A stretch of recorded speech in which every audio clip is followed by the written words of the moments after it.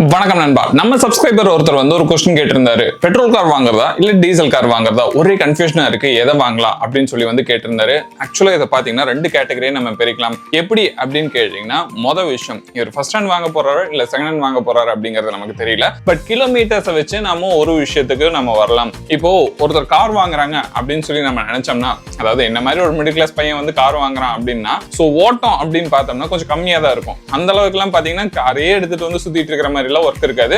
ஒரு மாசத்துக்கு ஆவரேஜா 1000 இருந்து ஒரு 1500 கிலோமீட்டர் ஓட்டுனாவே அதிகம். அந்த மாதிரி இருக்கிற சிச்சுவேஷனுக்கு ஒரு புது கார் வாங்க போறேன்னா நான் தாராளமா பெட்ரோல் கார் வாங்கலாம். எதுக்காக சொல்றேன்னா 1000 to 1500 கிலோமீட்டர்ஸ் தான் ஆவரேஜா நான் ஓட்ட போறேன்னா, சோ அதுக்கான ஃபியூல் காஸ்ட், அதுக்கப்புறம் மெயின்டெனன்ஸ் அப்படின்னு பார்க்கும்போது பெட்ரோல் எனாஃபா இருக்கும். சோ அதுல எந்த ஒரு மாற்று கருத்தும் இல்ல. இதுவே எனக்கு வந்து அந்த கார் வந்து ரொம்ப நெசசரி, நான் வந்து அதிக கிலோமீட்டர்ஸ் ஓட்டுவேன் அப்படிங்கிற தாட்ல இருந்தா இங்க நீங்க டீசலை கன்சிடர் பண்ணலாம். பெட்ரோல் காரையும் யூஸ் பண்ணலாம் உங்க பட்ஜெட்ல வந்து எந்த ப்ராப்ளம் இல்லைன்னா. பட் டீசல் கார்களை வந்து ஏன் அதிகமான கிலோமீட்டர்ஸ்க்கு வந்து யூஸ் பண்ணலாம் அப்படின்னு சொல்லி கேக்குறேன்னா, உங்களுக்கு அந்த லைஃப் சைக்கிள் பாத்தீங்கன்னா பெட்ரோல் இன்ஜினை கம்பேர் பண்ணும்போது டீசல் இன்ஜின் அதிகமான லைஃப் சைக்கிள் வரும் அப்படிங்கிறது தான் மிக முக்கியமான விஷயம். ஏன்னா பெட்ரோல் கார்கள் எல்லாம் பாத்தீங்கன்னா 1,00,000 கிலோமீட்டர் ஓடிடுச்சுனாவே அவ்வளவு கிலோமீட்டர் ஓடிடுச்சு அப்படின்னு சொல்லிட்டு வந்து நம்ம சொல்லுவோம். அதுவே டீசல் காரா இருந்துச்சுன்னா ஜஸ்ட் 1,00,000 கிலோமீட்டர்ஸ் தான் ஓடி இருக்கு அப்படிங்கிற மாதிரி சொல்லுவோம். ஏன்னா இது வந்து பிரீத்திங் டைம் அப்படிங்கிற மாதிரியும் சில கார்களை வந்து நம்ம சொல்லியிருப்போம். டீசல் கார்களை பொறுத்த வரைக்கும் நல்லா மெயின்டைன் பண்ண கார்களை. ஆக்சுவலா இந்த ஒரு விஷயம் தான் டீசல் கார்களுக்கு ரொம்ப ரொம்ப முக்கியமான விஷயமா இருக்குது.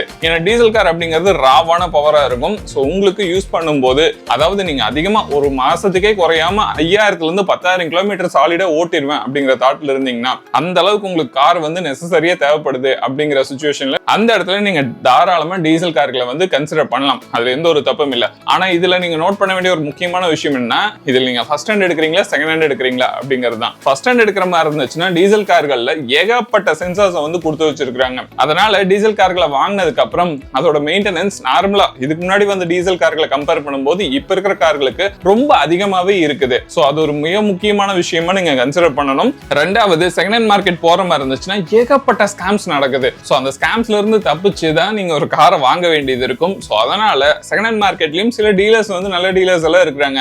அதாவது ஆத்தரைஸ்டா ஷோரூம்ஸ் மாதிரியே ரன் பண்ற நிறைய இது இருக்காங்க. நானும் சஜஸ்ட் பண்ணிருக்கேன். ஏன்னா நாங்க வந்து பாத்தீங்கன்னா ஸ்பின்னில கார் எடுத்திருந்தோம். 1 இயரா யூஸ் பண்ணிட்டு இருக்கிறோம். இப்ப வரைக்கும் எங்களுக்கு எந்த பிரச்சனையும் இல்ல. சோ அந்த காரை பார்த்ததுக்கு அப்புறம் தான் நான் ஸ்பின்னிவே நான் சஜஸ்ட் பண்றேன். சோ இது என்னோட ஓன் எக்ஸ்பீரியன்ஸ்ல வந்து சொல்றேன். மேபி உங்களுக்கு கார் வாங்கணும் அப்படிங்கிற தாட்ல இருந்தீங்கன்னா நீங்க ஸ்பின்னியை செக் பண்ணி பார்க்கலாம். இது ப்ரொமோஷன் எல்லாம் கிடையாது. நான் யூஸ் பண்ணங்காட்டி என்னோட எக்ஸ்பீரியன்ஸ் பேஸ்ல வந்து நான் சொல்லிட்டு இருக்கிறேன். மூணாவது, எலக்ட்ரிக் கார்களை வந்து வாங்கலாமா அப்படிங்கிற தாட்ல இருக்கிறவங்களுக்கு நான் சொல்றது ஒன்னே ஒண்ணுதான். எலக்ட்ரிக் கார்களை பொறுத்த வரைக்கும் இப்போதைக்கு இன்ஃப்ராஸ்ட்ரக்சர் அப்படிங்கிறது அந்த அளவுக்கு பெருசா இல்ல, வளரல இருக்குது. இன்ஃப்ராஸ்ட்ரக்சர் இப்பதான் கொஞ்சம் கொஞ்சமா வளர்ந்துட்டு இருக்குது. சோ அதனால எலக்ட்ரிக் கார் எடுக்கணும் அப்படிங்கிற தாட்ல இருந்தீங்கன்னா ஆல்ரெடி உங்களுக்கு லாங் பேசிஸ்ல ஓட்டுறதுக்கான கார்கள் வந்து இருக்குது. சோ எந்த இஷ்யூவும் இல்ல அப்படிங்கிற தாட்ல இருந்தீங்கன்னா நீங்க செகண்டரியா ஒரு கார் வாங்கும் போது நீங்க எலக்ட்ரிக் காரை கன்சிடர் பண்ணலாம். இல்ல நான் அதிகமா லோக்கல் தான் யூஸ் பண்ணுவேன், அதிகமா லாங் டிரைவ்ஸ் எல்லாம் போக மாட்டேன் அப்படிங்கிற பிளான்ல இருந்தீங்கன்னா நீங்க எலக்ட்ரிக் கார்களை வந்து வாங்கலாம். இல்ல எனக்கு எலக்ட்ரிக் கார் தான் வாங்கணும் அப்படிங்கிற தாட்ல இருந்தீங்கன்னா நீங்க தாராளமா எலக்ட்ரிக் கார் வாங்கலாம். ஆனா அதுக்கு ஏத்த மாதிரி